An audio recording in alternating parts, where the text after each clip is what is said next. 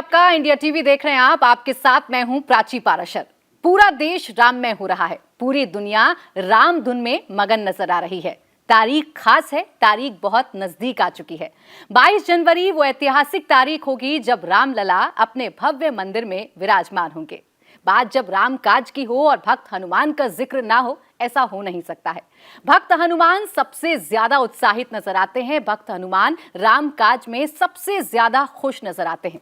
और आज ऐसे ही खास मेहमान हमारे बीच में हैं जो भक्त हनुमान के भक्त हैं।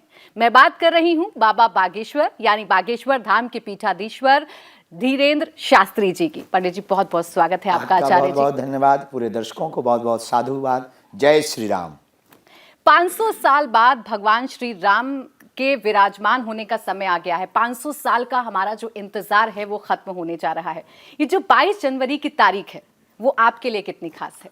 हमारे लिए क्या, इस दुनिया में रहने वाले समस्त राम भक्तों के लिए इतनी ही खास है जितनी खास जिंदगी में व्यक्ति अपने जीवन में पहली बार कुछ एक नया प्रयोग करने के लिए आगे बढ़ता है और पूरी ज़िंदगी का उसका सपना हो कि मेरा मकान बन जाए। और जब वो मकान में जाता है और जिस दिन का उसका उद्घाटन का मुहूर्त होता है तो वो जितना उत्साहित होता है उससे कई लाख गुना राम जी के विराजमान होने पर 22 जनवरी पर हमारी प्रसन्नता है। और इतनी बहुत कम प्रसन्नता है, हमारे हनुमान जी की करोड़ गुना प्रसन्नता है। और निश्चित रूप से इस दुनिया में रहने वाले समस्त राम भक्त अपनी जिंदगी का 22 जनवरी को सबसे बड़ा दिन मानेंगे। आप जा रहे हैं? आपको न्योता मिला है? बिल्कुल। तो आप उस कार्यक्रम में शामिल होंगे? बेझिझक।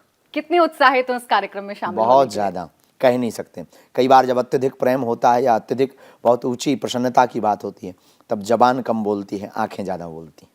इतने ही उत्साहित भगवान हनुमान भी होंगे क्योंकि राम काज की बात है। शुरुआत में ही मैंने कहा कि जब राम लला की बात होगी और हनुमान जी अगर उत्साहित नजर ना आए तो क्या? हनुमान जी का तो क्या कहना, प्रभु श्री राम के सबसे प्रिय भक्त में और हमारे सरकार तो और ज़्यादा उत्साहित होंगे उस दिन। 22 जनवरी को तो वो नृत्य करेंगे कि रामलला विराजमान हो गए, राम आएंगे आएंगे आएंगे। और 22 जनवरी को राम आखिर आ ही गए। अच्छा, आप भी जा रहे हैं। मैं खुद अयोध्या में उस वक्त मौजूद रहूंगी। हमारे 500 साल का इंतजार खत्म हो रहा है और इस वक्त पूरे देश पे जितने भी लोग हैं जो रामलला का इंतजार कर रहे थे उनके अंदर एक एक्साइटमेंट है, उनके अंदर एक उत्साह है। ऐसा लग रहा है जैसे काउंटडाउन अंदर चल रहा हो हर एक दिन को लेकर। ये इतना बड़ा दिन इस देश के सामने आ रहा है, श्रेय किसको देंगे? सबको। इसमें श्रेय सबसे ज़्यादा राम मंदिर के लिए जिन्होंने बलिदानियाँ दी, राम मंदिर के कार्यसेवक, बाबरी मस्जिद ढहाने वालों को, राम मंदिर बनाने वालों को, उन संत मुनियों को जिन्होंने तपस्या की, त्याग किया और अपने प्राण दाह किए, और पूज्यपाद जगतगुरु तुलसी पीठाधीश्वर गुरुदेव भगवान को जिन्होंने सुप्रीम कोर्ट में जाकर के राम जी की ओर से अपना पक्ष प्रस्तुत किया और परिणामतः न्यायपालिका ने यह माना कि यह भूमि राम की है और यहाँ राम मंदिर बनना चाहिए। और वर्तमान समय की सरकार में वर्तमान माननीय प्रधानमंत्री जी जिन्होंने भूमि पूजन भी किया, जल्दी डेट निकाल कर अब राम मंदिर की स्थापना भी करवा रहे हैं। इन सबको श्रेय है बागेश्वर पीठ से। अच्छा आचार्य जी, अभी तक भगवान राम की जो छवि हमारे दिलों में गढ़ी गई है या हमने जो छवि भगवान राम की देखी है वो धनुषधारी वीर राम को हमने देखा है, मर्यादा पुरुषोत्तम राम को हमने देखा है। बाल स्वरूप में भगवान श्री राम को शायद पहली बार हम लोग देखेंगे, उन्हें हम महसूस करेंगे, उनकी मूर्ति के पास जाकर उनके दर्शन कर पाएंगे। अभी तक कान्हा को हमने जरूर बाल रूप में देखा है, तो बाल रूप में रामलला को देखना कितना खास होगा इस पूरी दुनिया के लिए? उस व्यक्तित्व को आप कैसे बताएंगे? प्रभु श्री राम अनेक व्यक्तित्व में, अनेक रूपों में, जाकी रही भावना जैसी, प्रभु मूरत देखी तिन तैसी। लेकिन वहाँ है राम लला। लला का मतलब होता है छोटे से बालक, नन्हे से बालक। वहाँ लला के रूप में, क्योंकि वो जन्मभूमि है, वहाँ प्रकट होने के बाद का विग्रह है। उस दर्शन को निश्चित रूप से सभी लोग ममतामयी दृष्टि से देखेंगे। और वहाँ जो एक छोटे बालक को देख करके उसकी वो जो निश्चलता पर प्रेम उमड़ता ना, बहुत उत्साह भरता है। और वो तो ब्रह्म है, पूर्ण परब्रह्म है, परमात्मा है, नारायण है, जगदीश हैं। उन प्रभु को जब बाल स्वरूप में भक्त देखेंगे निश्चित रूप से इतने गदगद होंगे कि जिसकी कोई सीमा नहीं, प्रेम की कोई सीमा नहीं। प्रेम अनंत है, प्रेम अनंत होता है। और भगवान के भक्तों को सबसे बड़ी संतुष्टि तत् सुख सुखित्वम, जिसमें उनकी प्रसन्नता उसमें हमारी प्रसन्नता, और हमारी प्रसन्नता इसी में है कि राम लला राम मंदिर भव्य दिव्य में बैठ रहे हैं। आचार्य जी, भगवान श्री राम को सब अपने अपने तरीके से समझते हैं। अगर मैं बाल रूप की ही बात करूं तो इस बाल रूप में क्या सीख प्रभु श्री राम पूरी दुनिया को देते हैं, या क्या आचरण पूरी दुनिया को उनसे उनके बाल रूप से सीखना चाहिए? बंदों बाल रूप श्री राम। राम जी का बाल लीला बड़ा अद्भुत है। खेल ही खेल सकल नृप लीला। ठाकुर जी ने बाल रूप में जो लीलाएं की, अद्भुत की। पहली बाल लीला तो रघुनाथ जी ने पलना में की। माँ एक बार जननी अनवाए कर श्रृंगार पलना पौड़ाए, माता कौशल्या को दिखाई उन्होंने। फिर हमारे रघुनाथ जी ने, राघव जी ने बाल लीला और बढ़ाई। बाल लीला बढ़ाकर प्रभु श्री राम जब और थोड़ा बड़े भय, अयोध्या की गलियों में जब विचरण करने लगे, तो भरत जी और लक्ष्मण जी, शत्रुघ्न जी, ये चारों भैया थोड़े थोड़े बड़े हो गए। चारों भैया जब बड़े भय रघुनाथ जी के साथ, तो एक दिन भगवान गेंद खेलते हैं, कंदुक लीला, फुटबॉल वाली लीला करते हैं, गेंद खेलते हैं। तो गेंद खेलते हैं तो दो पार्टी चाहिए। अब राम जी ने कहा कि हमारे विपक्ष में कौन खड़ा होगा। राम जी के साथ टेंशन ये थी, पक्ष में सब आना चाहते थे, अब विपक्ष पार्टी, भाई खेल के लिए दो पार्टी चाहिए, अब विपक्ष में कौन खड़ा होगा। लक्ष्मण जी पहले ही राम जी के बगल में खड़े हो गए, बोले सरकार अपन तो विपक्ष में नहीं जा पाएंगे। भरत जी की तरफ बोला नहीं, देखा भर राम जी, वो विपक्ष में खड़े हो गए। तो किसी ने राम जी से कहा, देखो वो तुमसे जीतना चाहते हैं, तुम्हारे विपक्ष में खड़े हो गए। राम जी बोले, भैया उनसे जाके पूछो, भरत जी क्या तुम राम जी से जीतना चाहते हो इसलिए विपक्ष में खड़े हो गए? राम जी बोले, हम चाहे पक्ष में खड़े हों या विपक्ष में, राम जी का काम पूरा होना चाहिए, हमारा सिद्धांत ये है। और जब भरत जी ने गेंद ली और फुटबॉल पर प्रहार गेंद का किया और राम जी के पास आई, तो इतनी जोर से प्रहार किया कि मानो जीतना चाहते हो। राम जी ने उठा करके हृदय से लगा ली गेंद को। तो किसी ने कहा कि उन्होंने प्रहार किया, आप यहाँ से मारो। बोले नहीं, भरत जैसा संत जिसको हमारे पास ठोकर मार के भेजते, उसे हम फिर दोबारा हटाते नहीं हैं। और खेल ही खेल में राम जी हार जाते, भरत जी को जिताते हैं। यह बाल लीला का अद्भुत चित्रण है कि अपनी जिंदगी में बड़ा वो है जो छोटे को हराने का सिद्धांत नहीं, छोटे को जिताने का सिद्धांत करे, वही बड़ा है। यह बाल लीला का सर्वोपरि चरित्र है। प्रभु श्री राम को सब अपने अपने तरीके से बताते हैं। जैसे एक लीला का आपने जिक्र किया, किसी के लिए वो आदर्श पुरुष हैं, किसी के लिए वो वीर बहादुर हैं जिसने रावण का वध करके लंका पर विजय पाई, बुराई पर अच्छाई की जीत उन्होंने पाई। और किसी के लिए वो मिसाल हैं जो भाइयों के लिए कुछ भी कर गुजरने के लिए तैयार हैं। किसी के लिए वो आराध्य हैं और किसी के लिए वो तारनहार हैं। अगर मैं आचार्य जी आपकी नज़रों से समझूं तो आपके लिए भगवान श्री राम क्या है? हमारी दृष्टि में राम एक मर्यादा है। इस विश्व की आचार्य संहिता मनुष्यों की है कि मनुष्य को कैसे जीवन जीना चाहिए, ये राम जी के चरित्र से सीखो। मर्यादा कितनी रखनी है, स्त्री के प्रति, माता के प्रति, पिता के प्रति, पुरुष के प्रति और वानरों के प्रति और जीवों के प्रति। और क्या अद्भुत आचार्य संहिता प्रभु श्री राम की, उनकी नज़र में ना कोई छोटा है ना बड़ा। जो वानरों को भी अपने सम बना ले, वो श्रेष्ठ नर प्रभु श्री राम। हमारी नज़र में राम जी जैसा कोई मर्यादित नहीं, राम जी जैसा कोई वीर नहीं, स्वयं रघुवीर भी कहलाते हैं। राम जी जैसा कोई पुत्र नहीं, राम जी जैसा कोई पिता भी नहीं, राम जैसा कोई राजा भी नहीं। उनकी राज्य में कोई दुखी नहीं, सब सुखी, दुख को कोई स्थान नहीं। जिसमें प्रजा प्रसन्न वो राजा काम करे, ये राम जी का कार्य। राम जैसा कोई राजा नहीं। हमने तो यही माना कि दुनिया के लोगों को विश्व में अगर शांति चाहिए, भारत को भी, अगर भारत के राजनेताओं को भारत में शांति चाहिए, तो राम के आदर्श को जीवन में उतारो, रामचरितमानस को राष्ट्रीय ग्रंथ घोषित करो। निश्चित रूप से इस भारत में भी शांति व्याप्त होगी, क्योंकि राम मानवों की आचार्य संहिता है। रामचरितमानस एक समाधान है। भगवान श्री राम का जो जीवन है वो आपको प्रेरणा देता है, वो आपको हर एक कांड पर, उनके हर एक लीलाओं पर आपको सिखाता है। लेकिन इसी रामचरितमानस पर जब सवाल खड़े हो जाते हैं, इसी रामचरितमानस को जब बांटने वाला बताया जाता है, ये कैसे होता है और इसे आप कैसे बताएंगे? ये बेतुकी ना पढ़ने की समझ है। जो कुछ लोग ज्ञानी होते नहीं है, अज्ञानी अपने आप को मानते नहीं, उन लोगों के अंदर ऐसे प्रश्न उठते हैं। तो ज्ञानी है नहीं, अज्ञानी मानते नहीं। भाई कोई सोया हुआ हो, जगाना सरल है, पर कोई सोने का नाटक कर रहा हो, उसे जगाना बहुत कठिन है। ये जो है अध सोए हुए लोग बेचारे रावण के खानदान के लोग हैं। इन्हें राम से लेना देना नहीं, न रामचरित्र से लेना देना, इन्हें अपने नाम से लेना देना है। इन्हें अपनी रोटियां सेकनी है, इन्हें अपनी राजनीति चलानी है, इन्हें अपना प्रोपोगंडा चलाना है, इन्हें जातिवाद का विष और कैंसर नामक रोग फैलाना है। वो कैसे फैलेगा? इस देश की सबसे बड़ी आस्था राम है और रामचरितमानस है, उससे फैलेगा। तो उसमें से ये कमियां निकाल कर लाती। कभी भी इन्होंने अगर पढ़ा होता तो ये कभी रामचरितमानस के ऊपर उंगली नहीं उठा सकते। हम इनसे कहेंगे कभी तुम हमारा सामना करो, हम तुम्हें बताएंगे रामचरितमानस बांटना सिखाती है या जोड़ना सिखाती है। राम सेतु के पत्थर तक, राम कथा का राम सेतु का पत्थर तक जोड़ना सिखाता है। सबरी का चरित्र जोड़ना सिखाता है। केवट की नाव पर चलना ये जोड़ना सिखाता है, बांटना नहीं सिखाता। ये दृष्टि है, चश्मा बदलवाना है इनका, आंखें डिस्टर्ब है इनकी। अपने देश में जब हम सनातन की बात करते हैं तो एक तरफ पूरा देश गौरवान्वित हो रहा है राम मंदिर के निर्माण को लेकर। पूरे देश में एक अजीब सा उत्साह, एक अजीब सी खुशी की लहर है।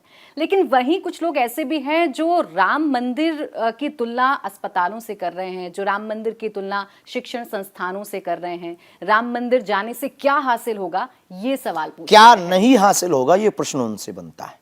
राम मंदिर जाने से शांति मिलेगी, राम मंदिर से हिंदुओं की आस्था मजबूत हो रही है, राम मंदिर से लाखों लोगों को रोजगार मिलेगा, राम मंदिर से फूल बेचने वालों को रोजगार मिलेगा, ऑटो वालों को रोजगार मिलेगा, होटल्स वालों को रोजगार मिलेगा, उस नगर का विकास होगा, विदेशी सैलानी वहां पर आएंगे, भारतीय सैलानी भी वहां पर जाएंगे, अपनी छुट्टियों का लोग सकारात्मक जीवन जीने के लिए वहां पर प्रयोग करेंगे, वहां के रहने वाले निवासियों को लाभ होगा, वहां पर जाने वाले भक्तों को लाभ होगा, मंदिर में सेवा करने वालों को लाभ होगा, मंदिर में लाइट लगाने वालों को लाभ होगा, टेंट लगाने वालों को लाभ होगा, भंडारा बनाने वालों को लाभ होगा, मंदिर में निर्माण करने वाले मजदूरों को लाभ हो रहा है, मंदिर के ठेकेदारों को भी लाभ हो रहा है। किसको लाभ नहीं हो रहा ये हमको बताएं। हाँ, भारत में अस्पताल बनना चाहिए, पर राम मंदिर से ही पैसों से क्यों बनना चाहिए?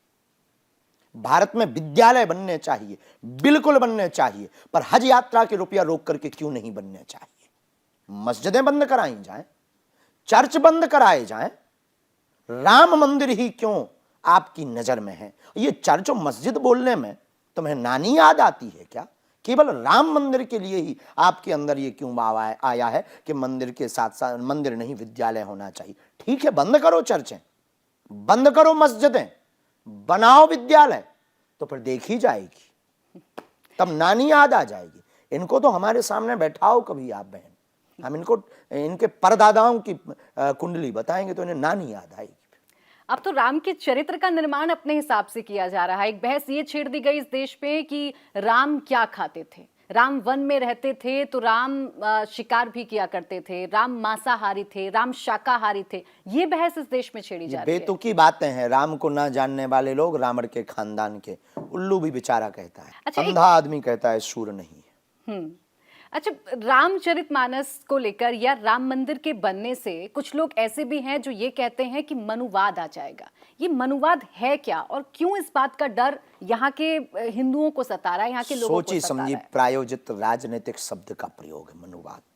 मनुवाद कोई विवाद नहीं, मानवता की बात मनुस्मृति में है। मनुस्मृति किसी भी जाति के खिलाफ नहीं।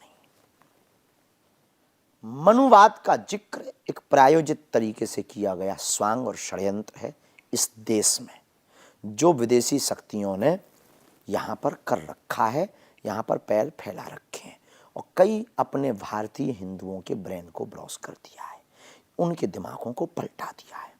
उनके पास कोई उपचार नहीं तो वो इस प्रकार के शब्दों का प्रयोग करके अपने ही धर्म की हानि कर रहे, अपने ही राम की आस्था को ठेस पहुंचा रहे।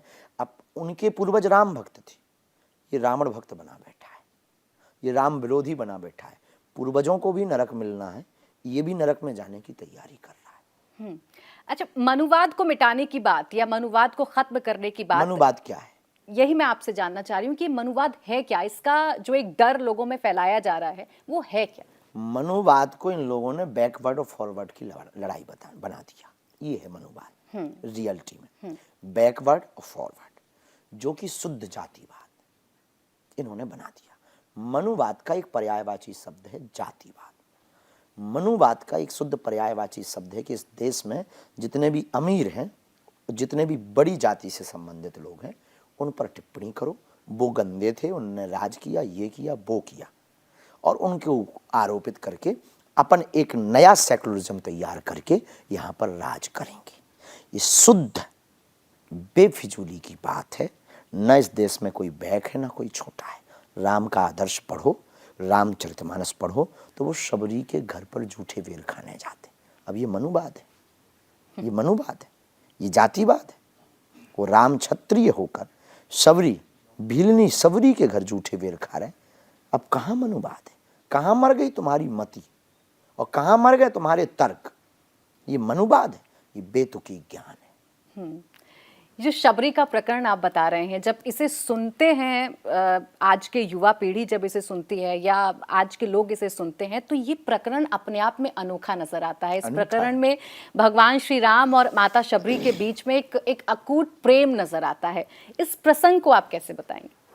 माता शबरी का चरित्र प्रतीक्षा का चरित्र है, परीक्षा का नहीं। इससे ये सिद्ध होता है कि राम जी भगवान को पाने के लिए परीक्षा की नहीं, प्रतीक्षा की आवश्यकता। शबरी निहारे रास्ता, आएंगे राम जी, मेरी झोपड़ी के भाग आज खुल जाएंगे, राम आएंगे। रामा रामा रटते रटते बीती रे उमरिया, रघुकुल नंदन कब आओगे, शबरी की डगरिया। ये राम जी के चरित्र में शबरी का चरित्र प्रतीक्षा का चरित्र है, ममता का चरित्र है, जातिवाद के ऊपर भयंकर वाला एक जोरदार थप्पड़ है कि प्रभु श्री राम बन गए, वन में भटके। बड़े बड़े महात्मा थे वहाँ, पयाहारी, फलाहारी और जलाहारी और पवनाहारी, चार प्रकार के महात्मा थे।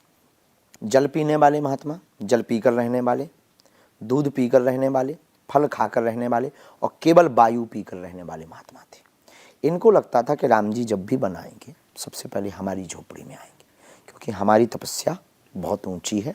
एक जने बोले हम केवल जल भर पीते हैं, दूसरे बोले हम तो केवल दूध भर पीते हैं, तीसरे बोले हम तो केवल फल भर खाते हैं, वो भी एक टाइम, हमारे घर सबसे पहले राम।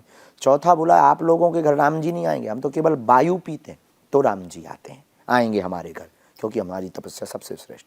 राम जी आए, इनकी झोपड़ी के बाहर खड़े हो गए, ये खुश हो गए, आओ महाराज आओ, बैठो, भीतर चलो, खुश हो गए। राम जी बोले नहीं, पहले ये बताओ शबरी कहाँ रही थी। इन लोगों का दिमाग भड़क गया, हम इतने बड़े कठोर महात्मा, इतनी तपस्या, ये राम जी शबरी का रास्ता पूछते हैं, शबरी की झोपड़ी पूछते हैं, समझ में नहीं आता ये कैसे ब्रह्म है। राम जी बोले हम आपके यहाँ तो आए, लेकिन सच बताएं तो हम शबरी के लिए आए। ये राम जी के जीवन में सबसे बड़ी लीला है और शबरी के जीवन में सबसे बड़े त्याग का परिणाम है कि वो गुरु वचनों पर टिकी रही और एक दिन राम जी आए और शबरी के जूठी बेर खाए। शबरी की प्रतीक्षा ये सिद्ध करती है कि भगवान तुम्हारे घर भी आएंगे, पर परमात्मा परीक्षा से नहीं प्रतीक्षा से प्राप्त होगा। अच्छा, अब जातिवाद को खत्म करने की बात सबसे ज्यादा करते हैं। आज के समाज की अगर मैं बात करूं या आज के समय की मैं बात करूं, तो ये जातिवाद कितनी बड़ी समस्या है और ये कैसे खत्म होगा? इतनी बड़ी समस्या है जितनी दिल्ली में प्रदूषण है, जितनी वर्तमान में दिल्ली का प्रदूषण समस्या बन गया है, लोगों को जीना हराम कर दिया है, उतनी बड़ी समस्या, ये इतनी बड़ी समस्या है जातिवाद, जितना शरीर में पेट में कैंसर हो जाना है। इतनी बड़ी समस्या है जितना पैर ना होना, उतनी जातिवाद परेशान कर रहा है वर्तमान में आज के समाज को, भारत की दशा को भी परेशान कर रहा, भारत के धर्म को भी परेशान कर रहा, भारत के सिद्धांतों को भी परेशान कर रहा, भारतीय मूल संस्कृति को भी परेशान कर रहा, भारतीय संस्कृत को भी परेशान कर रहा और भारत के मूल विचारों को भी परेशान कर रहा, भारत की आस्था को भी परेशान कर रहा और भारत के विश्व गुरु के लिए भी सबसे बड़ा रोड़ा यही बन रहा है। क्योंकि यहाँ पर आने के बाद हिंदू कोई नहीं, कोई बनिया है, कोई ब्राह्मण है, कोई ठाकुर है, कोई वैश्य है, यहाँ पर कोई भारतीय नहीं। भारतीयता को भी ये खतरा है, भयंकर वाला खतरा। यहाँ कोई भारतीय नहीं रहते, यहाँ रहते हैं ठाकुर, ब्राह्मण, बनिया, क्षत्रिय, वैश्य, शूद्र। वो कहते हैं हम कुमार हैं, वो कहते हैं हम प्रजापति, वो कहते हैं हम कुशवाहा, वो कहते हैं हम पाल हैं, वो कहते हैं हम ब्राह्मण हैं, वो कहते हैं मेहरबान हैं, वो कहते हैं हम क्षत्रिय। भारतीय कोई नहीं, हिंदुस्तानी कोई नहीं है। ये सबसे बड़ा खतरा हो गया है। इस खतरे को निजात पाने के लिए ही हमने भारत में हिंदू राष्ट्र का प्रण लिया है। हमने बागेश्वर धाम पर गरीब बेटियों के विवाह का प्रण लिया है कि हर समाज की बेटियों का हर साल विवाह करवाएंगे, उन्हें उपहार भी देंगे, मोटरसाइकिल भी देंगे। 1 मार्च से 8 मार्च तक आयोजन करा के हम भारत को बताना चाहते यह राम राज्य की स्थापना का प्रकल्प है। जब तुम दूसरों की मदद करोगे, जब तुम भंडारा करवाओगे, जब तुम दूसरों के दुख में सम्मिलित, ऐसी बेटियां जिनके माता पिता नहीं, उनका विवाह, ये भारत में सर्वोपरि उपाय है एक दूसरे की मदद, इस जातिवाद के टक्कर से उठने का। एक तरफ आप सनातन को इतने अच्छे से समझाते हैं, एक तरफ राम मंदिर का क्या महत्व है इस देश में ये हम लोग समझ रहे हैं, लेकिन दूसरी तरफ इस राम मंदिर को मानसिक रोग का मार्ग बताया जा रहा है, मानसिक गुलामी का मार्ग इस मंदिर को बताया जा रहा है। मानसिक गुलामी अगर राम मंदिर है तो यूं कहा जाए कि इस देश में क्या, पूरी दुनिया में मानसिक गुलाम बहुत ज़्यादा है। और जिसने ये टिप्पणी की शायद वही भर ठीक लग रहा है, उसकी नज़र में तो फिर सब मेंटल है। चर्च भी तो है, तो क्या वो भी मानसिक गुलामी का रोग होगा? मस्जिदें भी तो हैं, तो क्या वो भी मानसिक गुलामी का रोग होंगे? गुरुद्वारे भी हैं, तो क्या वो भी मानसिक गुलामी का रोग है? तो फिर राम मंदिर भी मानसिक गुलामी का रोग होगा। और अगर ये नहीं है तो ये भी नहीं।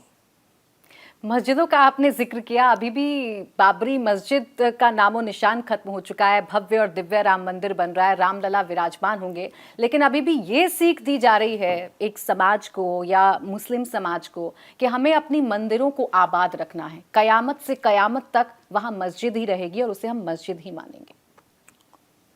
बेचारे खिसियाई बिल्ली खंबा नोचे।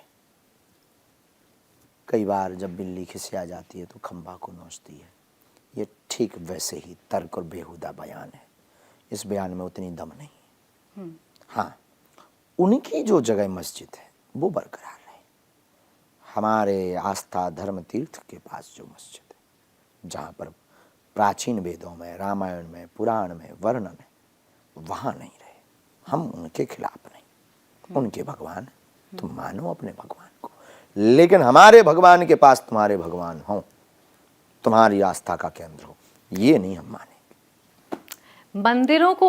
मंदिरों के लिए मस्जिदों को खत्म कर दिया जाएगा, ये एक सोच डेवलप करने की कोशिश की जा रही है और खासकर मुस्लिम युवाओं से ये आह्वान किया जा रहा है कि आप जाइए, अपनी मस्जिदों को बढ़ाइए और आप जाइए अपनी मस्जिदों में जाकर अगर नमाज मस्जिदों अदा को करिए। खत्म करना होता तो अब तक तो मस्जिदें बचती ही नहीं। मस्जिदें हैं ही कितनी, इन्हीं गिनी कुछ।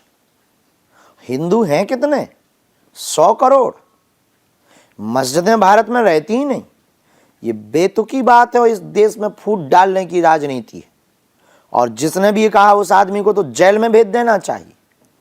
हमारे किसी भी समाज सनातन के व्यक्ति ने ये नहीं कहा कि मस्जिद को मिटाना। हमने सिर्फ ये कहा कि मंदिर को बनाना, मंदिर को वहां बनाना है जहां हमारा था। अब मस्जिद पे था या कहीं और था वो तुम्हारा विषय। हमारे रामलला की भूमि पे हमें मंदिर बनाना। और वो अगर युवाओं को कह रहे हैं कि जगह जगह मस्जिदें बनाओ, बनाना पर कभी कान खोल के सुन लो, ऐसी जगह मत बना देना जैसी राम मंदिर पे बनाई, यही हाल होगा तुम्हारा। कोई इसे ताकत के बल पर बनाया हुआ मंदिर कह रहा है, इंसानियत का दम घोटकर ये मंदिर बनाया गया है, धोखे से बाबरी मस्जिद को गिराकर ये मंदिर बनाया गया है। हद हो गई यार। जब मंदिरों को तोड़कर मस्जिदें बना रहे थे तब मस्त लग रहा था, अब मस्जिद टूटकर ज्यों के त्यों मंदिर बन रहे तो दस्त लग रहा है। क्या बेफिजूली की बातें कर रहे हैं ये लोग। जब मोहम्मद गौरी, बाबर, अकबर मंदिरों को तोड़कर मस्जिदें बना रहे थे तब ये कहां मर गए थे भाई साहब? इनका जरा पता निकाल के दो हमें, बैठा रहो इनको 2 मिनट हमारे पास, हम इनको छीलना शुरू करेंगे तरीके से। इस देश में मस्जिदों को तोड़कर मंदिर नहीं बनाया गया, मंदिरों को तोड़कर के मस्जिदें रखी हैं। ये हम नहीं कह रहे, सुप्रीम कोर्ट ने ऑर्डर लागू किया है। सुप्रीम कोर्ट से तो कोई बड़ा नहीं है। सुप्रीम कोर्ट तो न्याय प्रणाली है और वो करे न्याय प्रणाली का विरोध, ठटरी भर जाएगी। अच्छा, उन संघर्षों को अगर आचार्य जी याद किया जाए, एक लंबा इंतजार हिंदुओं ने किया, एक लंबा इंतजार सनातन धर्म के लोगों ने किया है राम मंदिर के इस भव्य स्वरूप को देखने के लिए, रामलला के मंदिर में विराजमान होने के लिए। वो तब का समय जब बाबरी मस्जिद गिराई गई, जब बाबरी मस्जिद को ढाया गया और उसके बाद एक आस जगी कि अब यहाँ रामलला का मंदिर बन जाएगा। कितना अंतर देखते हैं इन दोनों समय में? हम एक ही बार गए जब रामलला झोपड़ी में थे। उसके बाद 4-5 बार अयोध्या गए पर दर्शन नहीं किए। मन खिन्न था। लेकिन जो अभी आप लोग दिखाते हैं अद्भुत लग रहा है, जो कल्पना से परे है, दिव्य भी है, भव्य भी है। और अंतर तो निश्चित ही, भारत बदल रहा है, भारत विकसित देशों में सम्मिलित हो रहा है, भारत राम राज्य की स्थापना की ओर बढ़ रहा है, भारत हिंदू राष्ट्र बनने की ओर चला जा रहा है।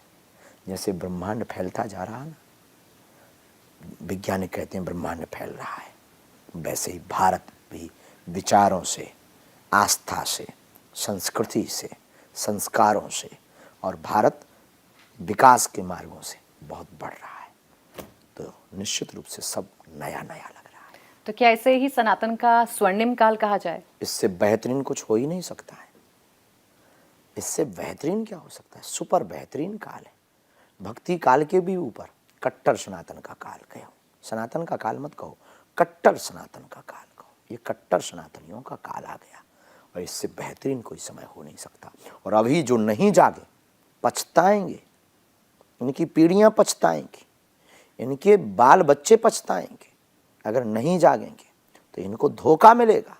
जब इनकी बहन बेटियों के साथ बर्बरता होगी तब इन्हें पता लगेगा कि बागेश्वर महाराज जो चिल्लाया करते थे हिंदुत्व की बात, हिंदू राष्ट्र की बात, वो गलत नहीं थी। तब फिर पछताए का हुई जब चिड़िया चुग गई खेत। अच्छा, आप जब हिंदू राष्ट्र की बात करते हैं या कोई भी इस देश में हिंदू राष्ट्र की बात करता है तो एक डर दिखाने की कोशिश की जाती है कि हिंदू राष्ट्र बन गया तो बाकी सभी धर्मों को खत्म कर दिया जाएगा, बाकी सभी धर्मों की आजादी छीन ली जाएगी। आपकी नजर में ये तो बहुत पहले है? बोलते थे कि राम मंदिर बन गया तो मस्जिदें खत्म हो जाएंगी। नहीं हुआ ना, राम मंदिर बन भी गया। बेतुकी बात है। हिंदू राष्ट्र की कल्पना ही, हिंदू राष्ट्र का सिद्धांत ही, हिंदू राष्ट्र का संकल्प ही हिंदू राष्ट्र भारत है ही है। दिलों में जगाना है हमें। हम निकले हैं सिर्फ जगाने। हिंदू जो सोए हैं, एकत्रित नहीं, जातिवाद में बटे हैं, उन सबको बस इकट्ठा करना, ये हिंदू राष्ट्र का ध्येय है और कोई हिंदू राष्ट्र का ध्येय नहीं। अच्छा, सनातन के स्वर्णिम काल में उन लोगों के लिए आप क्या कहेंगे जो अभी भी राम काज में जाने के लिए थोड़े से कंफ्यूज नजर आ रहे हैं, उनका मन बड़ा असमंजस में है, जाएं कि ना जाएं, जाएं तो ऐसा ना हो कि एक वर्ग नाराज हो जाए? अगर तुम रावण को खुश करना चाहते हो तो ना जाओ, बाकी समझदार हो। अच्छा, ये जो स्वर्णिम काल की हम बात करते हैं तो क्या अब समझा जाए कि अयोध्या में तो राम मंदिर बन गया, ज्ञानवापी में बनेगा, कृष्ण जन्मभूमि की तैयारी है। ये कैसे संभव हो पा रहा है? ये जो बदलाव आप देख रहे हैं, जैसे राम मंदिर का हुआ, हिंदू राष्ट्र की बात मंचों से बोली जा रही, हिंदुओं को एकत्रित किया जा रहा है, लाखों लोग कथाओं में बैठ करके जो अपने जीवन में बदलाव कर रहे हैं। ऐसे ही संभव है जब भारत के प्रत्येक कथावाचक हिंदुत्व की पुरजोर तरीके से प्रार्थना प्रारंभ करेंगे, भारत का प्रत्येक संत हिंदुत्व के लिए जब बोलने लगेगा, भारत में रहने वाला प्रत्येक हिंदू जब कट्टर हिंदू बन जाएगा, उसी दिन हिंदू राष्ट्र भी संभव हो जाएगा। और ये बाकी क्रम जो हमने गिनाए हैं ये पूरे हो जाएंगे, और ये पूरे हो जाएंगे तो फिर मिलके आपको बताएंगे। ये जब कट्टर हिंदुत्व की बात करते हैं तो कुछ लोग इसमें जोड़ देते हैं कि साधु संत डराने की कोशिश कर रहे हैं, साधु संत आतंकी हो गए हैं। ये जो प्राण प्रतिष्ठा का कार्यक्रम हो रहा है, दरअसल ये भी ड्रामेबाजी है। महात्मा कब से आतंकी हो गए? जो पत्थर फेंकते वो आतंकी नजर नहीं आए? जो रामायण फाड़ते हैं वो आतंकी नजर नहीं आए? जो राम के ऊपर उंगली उठाते काल्पनिक बताते हैं वो आतंकी नजर नहीं आए? जो राम को जो है झूठा बोलते हैं वो आतंकी नजर नहीं आए?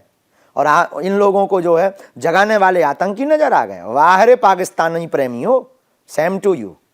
ऐसे लोगों को रामचरित्र से कौन सा चरित्र सीखना चाहिए या कौन सा प्रसंग देख लेना चाहिए, कौन सा प्रसंग सुन लेना चाहिए आचार्य जी, जो उन्हें समझ में आ जाए कि इस देश में राम की बात तो होगी, प्रभु श्री राम तो आपके आराध्य रहेंगे?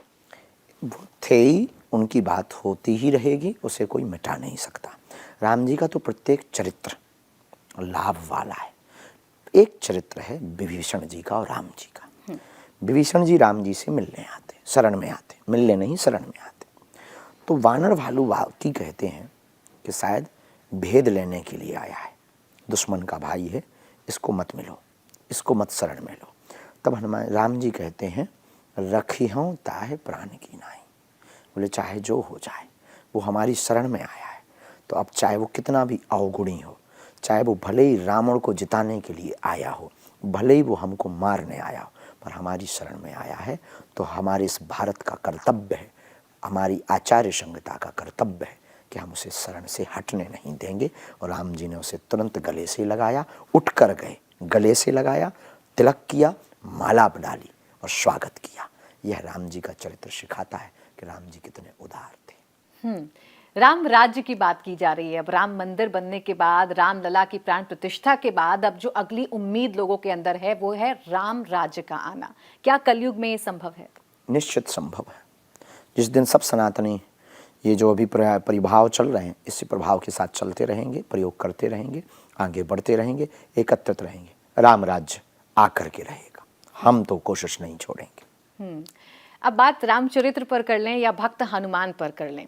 भक्त हनुमान और प्रभु श्री राम के बीच का जो रिश्ता है, वो रिश्ता एक भाई का भी है, वो रिश्ता एक सेवक और प्रभु का भी है।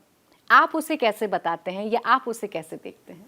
हम तो यही कहते हैं कि राम जी का पर्याय हनुमान है। पर हनुमान जी से परिचय पूछो तो वो कहते हैं दासो हम कौशलेंद्रो, हम भगवान श्री राम के केवल दास हैं। लेकिन दास भी कितना अद्भुत है, जो सर्वस्व प्रभु श्री राम को मानते हैं। और राम जी भी कितने अद्भुत हैं, तुम मम प्रिय भरत ही सम भाई। हनुमान जी को दास की जगह वो दास दृष्टि से नहीं देखते, भाई की दृष्टि से देखते हैं। तो राम जी का, हनुमान जी का चरित्र और उनकी जोड़ी बड़ी कमाल की है, उसका कोई जोड़ नहीं, तोड़ नहीं। और इसीलिए हम कहते हैं राम जी को पाना है तो हनुमान जी को पकड़ो, हनुमान जी को पकड़ोगे तो राम जी प्रसन्न रहेंगे। और राम को समझने का सबश्रेष्ठ माध्यम हनुमान जी हैं, प्रभु श्री राम को समझने का। और हनुमान जी को समझने का सर्वश्रेष्ठ माध्यम प्रभु श्री राम है। भगवान श्री राम और भक्त हनुमान का जो रिश्ता है वो नए मंदिर में भी जरूर देखने को मिल रहा है। आपको तो पता होगा कि जो मूर्ति फाइनल की गई है भगवान श्री राम की, वो मूर्ति कर्नाटक से बन रही है, जहां भक्त हनुमान का जन्म स्थान है। सुना है हमने ऐसा, और बहुत अद्भुत है। ये गौरव है और हम सबका गौरव है, हम सब हिंदुओं का गौरव है। कितना शुभ समय पर प्रभु श्री राम, हनुमान जी जहाँ प्रकट हुए, किस कंधा क्षेत्र में, कर्नाटक क्षेत्र में, वहाँ पर ही मूर्ति विग्रह श्री राम जी के, रघुनाथ जी का और हनुमान जी का बन रहा है। एक तरफ दक्षिण उत्तर का मेल करने की कोशिश की जा रही है, एक तरफ दक्षिण उत्तर के बीच में जो रिश्ता है, जो सांस्कृतिक रिश्ता है, उसे मधुर करने की कोशिश की जा रही है। लेकिन इसके बीच में जो खाई पैदा करने की कोशिश की गई, खासकर जो दक्षिण से सनातन को लेकर कहा गया, उसे कैसे खत्म किया जा सकता है? धीरे धीरे ऐसे ही प्रयत्न होंगे, सब 7-5 लोग मिल करके बढ़ेंगे, सभी जगह से वार्ता उठेगी, सभी जगह के लोग एकत्रित होंगे। और इसी प्रकार हर प्रकल्प में जब हर क्षेत्र के लोगों का समायोजन होगा तो वो फिर अपना काज समझेगा, अपना काज समझेगा, रिश्ता मधुर हो जाएगा। वो जय जयकार करता हुआ दक्षिण जाएगा तो कहेगा उत्तर के, पूर्व के लोग बहुत अच्छे हैं, उत्तर के लोग बहुत अच्छे हैं, दक्षिण वाले यहाँ आकर के सेवा करेंगे तो हम लोग कहेंगे वो लोग कितने अच्छे हैं। बस मधुर संबंध स्थापित हो गया। ये सवाल मैं आपसे इसलिए कर रही हूँ क्योंकि सनातन को लेकर जो जहरीली सोच है वो दक्षिण में सबसे ज्यादा देखी गई। सनातन को खत्म करने की बात, डेंगू मलेरिया वाली बात, HIV एड्स से सनातन को जोड़ देना, ये जो जहरीली सोच है, इसे कैसे खत्म किया जा सकता है? क्या ये सिर्फ राजनीतिक द्वेष की वजह से? राजनीतिक बयान है ये, वहाँ जमीनी स्तर पे नहीं। हम दक्षिण भी जाते हैं, अभी रामेश्वरम ही थे, वहाँ के लोग बहुत प्यारे हैं, राम भक्त हैं, बहुत मानते हैं हनुमान जी को, आंजनेय कहते हैं, बहुत मानते वो, और राम भक्त बहुत हैं। ये सिर्फ बयानों में बने रहने, रावण खानदान के लोग एक विशेष वर्ग को प्रसन्न करने के चोचले। जब भक्त हनुमान और प्रभु श्री राम का जिक्र होता है तो कई प्रसंग हैं जो मन में आते हैं और मन उससे प्रफुल्लित हो जाता है। एक जो प्रसंग है जो मुझे भी सुनने में बहुत अच्छा लगता है, वो प्रसंग जब हनुमान जी अपना सीना चीर के दिखाते हैं और बता देते हैं कि उनके दिल में राम सीता कैसे निवास करते हैं। वो प्रसंग कितना खूबसूरत, बड़ा अद्भुत है वो। राम दरबार लगा हुआ था, रावण का वध हो गया था, राम राजा हो गए थे, अयोध्या में विराजमान थे। तो उसी समय एक मोतियों की माला श्री हनुमान जी को दी गई। वह माला जानकी जी ने विभीषण के हाथों थी, बड़ी कीमती माला थी। विभीषण जी ने माला दी तो वानरों का स्वभाव होता है कि वो कोई भी चीज़ मुख में डालते हैं, तो स्वाभाविक रूप से हनुमान जी मुख में डाल एक एक दाने को तोड़ रहे थे और तोड़ तोड़ के उसको फोड़ फोड़ के देखते हुए फेंक रहे थे। तो विभीषण जी ने कहा इतनी महंगी माला और ये तोड़ तोड़ के क्यों फेंक रहे हो? तो हनुमान जी मुस्कुराते बोले हम देख रहे हैं इसमें राम है कि नहीं। तो विभीषण जी बोले अच्छा जिसमें राम नहीं होगा तो क्या तुम उसे तोड़ दोगे? हनुमान जी बोले बेझिझक, छोड़ेंगे थोड़ी, तोड़ेंगे। तो विभीषण जी बोले मान लो अगर तुम्हारे अंदर ना राम ना हो तो क्या तुम अपने आप को तोड़ दोगे? बोले अगर ना होते तो बिल्कुल तोड़ देते। तो बोले कहाँ है, दिखाओ। तब सीना फाड़ करके श्री हनुमान जी ने दिखा दिया। ए विभीषण, तुम कहते हो कि तेरे मन में भी राम है, देख मेरे मन में भी राम, मेरे तन में भी राम, मेरी वाणी में भी राम, मैं खुद राममय हूँ, राम से ही मैं हूँ, राम से ही तू है, यही राम से तू है।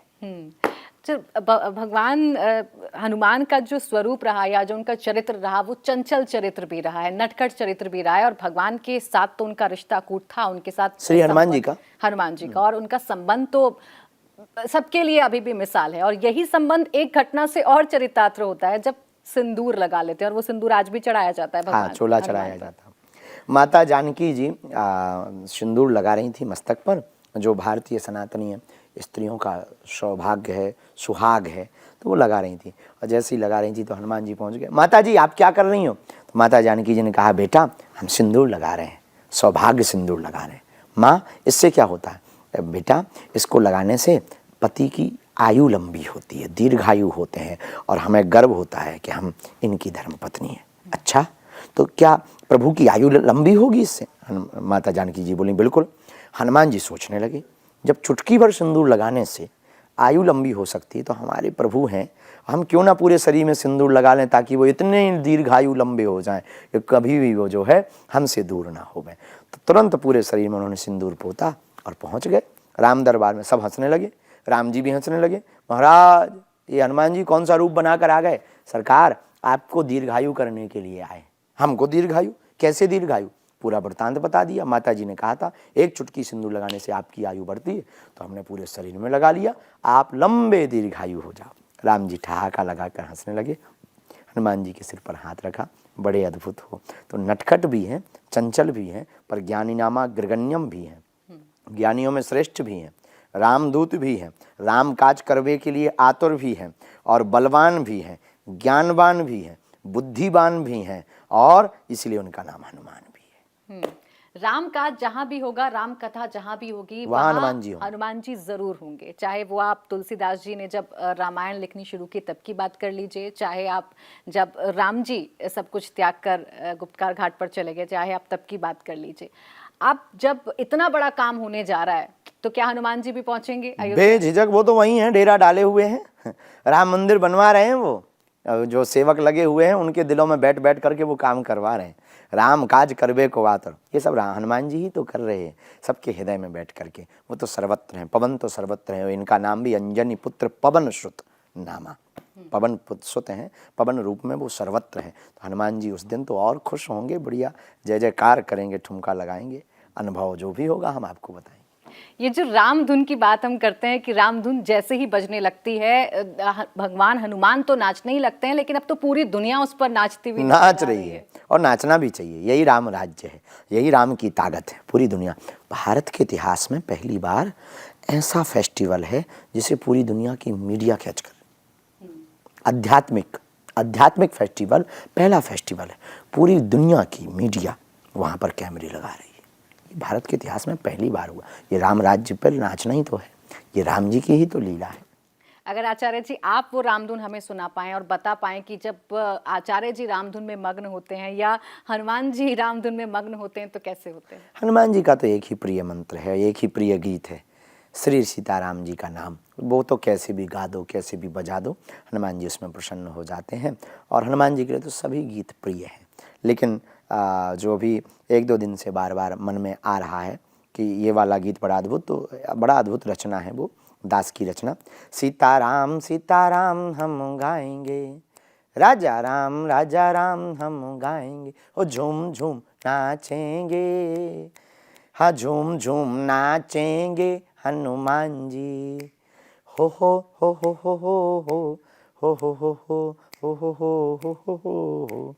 हाँ सीताराम सीताराम हम गाएंगे, राजा राम हम गाएंगे, झूम झूम नाचेंगे, कि झूम झूम नाचेंगे हनुमान जी। ये बड़ा प्यारा। एक और सरल गीत है जो इन दिनों सबकी जबान पर मेरी है, झोपड़ी के भाग आज खुल जाएंगे। वो शबरी, माता शबरी और प्रभु श्री राम के बीच के रिश्ते को भी बताता है, और आज के हिंदुस्तान की जो परिकल्पना है, आज के हिंदुस्तान का जो जुड़ाव है भगवान राम के प्रति, वो भी बताता है। वो भी सब गाते हैं, आजकल वही प्रिय है, बहुत ज़्यादा भारत में चल रहा है। मेरी झोपड़ी के भाग आज खुले जाएंगे, राम आएंगे, राम आएंगे, आएंगे राम आएंगे, राम आएंगे, आएंगे राम आएंगे। मेरी झोपड़ी के भाग्य आज खोले जाएंगे, राम आएंगे। राम आएंगे तो क्या करोगी? राम आएंगे तो अंगना सजाऊंगी, दीप जला के दिवाली में मनाऊंगी। मेरी जिंदगी के दुख सारे मिट जाएंगे, राम आएंगे। मेरी झोपड़ी के भाग्य आज खुल जाएंगे, राम आएंगे। एक तरफ माता सीता के प्रति प्रभु श्री राम का प्यार है, माता शबरी के प्रति एक अकूट संबंध भगवान श्री राम का है, वहीं दूसरी तरफ एक और वर्णन है अहिल्या का। उन्हें कैसे तारा प्रभु श्री राम ने, वो वर्णन भी अपने आप में अद्भुत है। और वो आज के परिप्रेक्ष्य में अगर खासकर हम महिलाओं से जोड़कर देखें, वो क्या सीख देता है? तारनहार प्रभु हैं। जब गौतम ऋषि की पत्नी अहिल्या के ऊपर उनको श्राप लग गया, कलंक लग गया, तो पत्थर बन गई, उपल देह, जब पत्थर बनी और पाषाण बन करके, शिला बन करके जब वो विराजमान हुई, तब प्रभु श्री राम की मर्यादा देखना, कितने तारनहार हैं। एक, कलंक मिट गया, रामचरितमानस में स्थान मिल गया। तीसरा, उनका कल्याण भी हो गया, उद्धार भी हो गया। चौथा, नारी के प्रति कितनी मर्यादा राम जी के अंदर, कि जब गुरुजी ने कहा कि तुम चरण रख दो, तो राम जी ने कहा कि आप गुरुजी ये बताओ, ये चाहती क्या है, चरण चाहती या चरण रज? तो गुरुजी बोले चरण नहीं, चरण रज चाहती। तो बोले अगर चरण रज चाहती तो फिर चरण रखने की आवश्यकता नहीं। गुरुजी बोले विश्वामित्र जी कैसे? तब राम जी ने चरण ऊपर उठाया और हवा को आज्ञा दी और तेज पवन चली और चरणों के कण के रज का कण उड़ करके उस शिला के ऊपर पड़ गया और वह ऊपर उसका देह छूट गया, शिला से वह नारी बन करके प्रकट हो गई। यह नारी की मर्यादा राम जी के अंदर कितनी थी, ये चरित्र सिखाता। अब देखिए, राम के चरित्र के बारे में, प्रभु श्री राम के चरित्र के बारे में जितना भी सुना जाए उतना कम लगता है, लेकिन समय बस यहीं तक था। आचार्य जी, बहुत बहुत धन्यवाद और बहुत बहुत शुभकामनाएं आपको। आप भी वहां पर जाएंगे, हम भी वहां पर जाएंगे। तो भव्य राम मंदिर का निर्माण हो रहा है और उसमें कैसे राम भक्त अपने आप को सराबोर नजर आ रहे हैं, ये आपने जाना आचार्य पंडित धीरेन्द्र शास्त्री जी से।